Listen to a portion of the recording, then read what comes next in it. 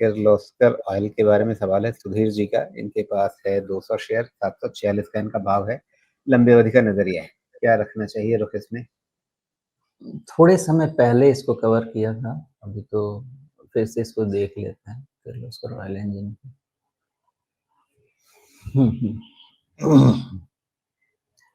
थोड़ा सा corrective pattern बन तो रहा है, बट ओवरऑल ऐसी कोई परेशानी अभी तक नहीं है।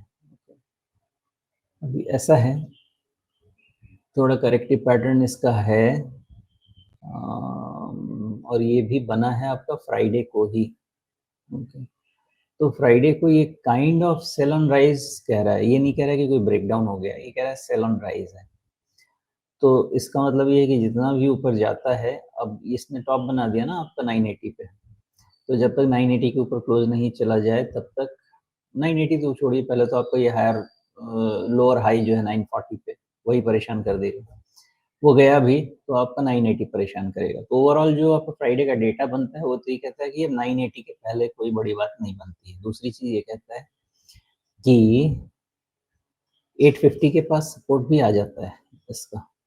तो अभी तो ऐसा ही है कि सेल ऑन राइज बोलता है, ये ब्रेकडाउन नहीं बोलता है। और सेल ऑन राइज में जस्ट इन केस मान लेते हैं कि 850 के नीचे ब्रेकडाउन भी अगर बोलता है तो 850 के नीचे तो 100 रुपए के ज़्यादा नीचे दिखता है। तो इस चीज़ को थोड़ा सा सोच समझ के चलिए, क्योंकि इसका डेटा इतना भी बहुत नेगेटिव नहीं कहा जा सकता है, और बहुत पॉजिटिव तो खैर है ही नहीं अभी, और बहुत नेगेटिव ही नहीं कह सकते हैं। तो ओवरऑल क्या कह सकते हैं, कंसोलिडेशन का ही मामला लगता है। आपने पूछा बहुत लॉन्ग टर्म के हिसाब से, तो बहुत लॉन्ग टर्म के हिसाब से मुझे लगता है थोड़ा सा इसका वैल्यूएशन और सेल्स का मूवमेंट देख लेते हैं। 2850 68,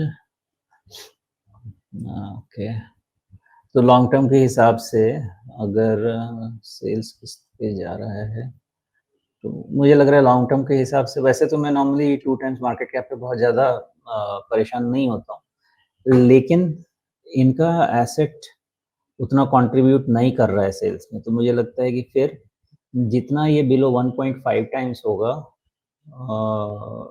market cap as percentage of sales, उतना बेहतर रहना चाहिए। 1 टाइम पे तो ज़्यादा ही अच्छा है। तो उसके हिसाब से कैसे देखें, तो अभी आपका ये 1.9 नहीं, तो फिर उस हिसाब से ये बहुत महंगा हो जाता है। तो मुझे ऐसा लगता है कि लॉन्ग टर्म के हिसाब से तो वैल्यूएशन तो प्राइस में है। ओके, और अगर इसको मान लिया जाए कि 900 पे है और यहाँ से 20% का करेक्शन, मतलब करीब करीब 180-200 रुपये, तो जितना वो 850 हमने बोला ना अभी, तो 850 के नीचे हम इसको करीब 750 तक देख सकते हैं। तो 900 से 200 180 पॉइंट्स, 150 पॉइंट्स भी लगाए तो करीब करीब 800 750।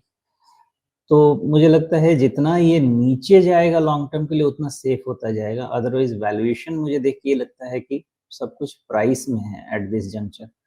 तो स्टॉक गिरेगा क्या पता नहीं, लेकिन क्या मूव करना चाहिए। डेटा पोजीशनिंग ऐसी है कि ये कहता है इसमें थोड़ा सा धीरज रखना चाहिए।